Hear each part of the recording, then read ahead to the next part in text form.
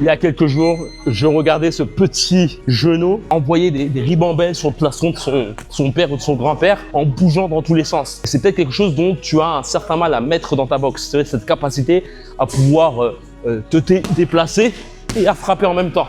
En fait, la grosse problématique, c'est que peut-être tu vas avoir cette tendance à frapper uniquement avec tes poings. En fait, ce que tu as besoin, premièrement, c'est de savoir t'impulser sur chacun de tes côtés avec une certaine rapidité. Et la chose qui est très intéressante, joindre ce genre de mouvement avec le fait de non pas essayer de toucher ton adversaire avec le poing, mais plutôt essayer simplement de mettre ton épaule vers l'avant, ton épaule vers l'avant, ce qui va te permettre, toi, d'avoir une alliance puissante de tout ton corps dans ta frappe. Et ce qui est très intéressant aussi, c'est ça que ça permet, tu vois, de pouvoir frapper tout aussi lourdement avec le rebond. Et en plus, ça rejoint clairement, par exemple, le KO extraordinaire de Nonito Donaire. Tu peux le voir partir d'un sens et de l'autre sens et envoyer ensuite un uppercut puissant. Vraiment, c'est un truc vraiment à travailler, ce fait de chercher, toi, à frapper en ayant une impulsion et en servant justement de ton épaule.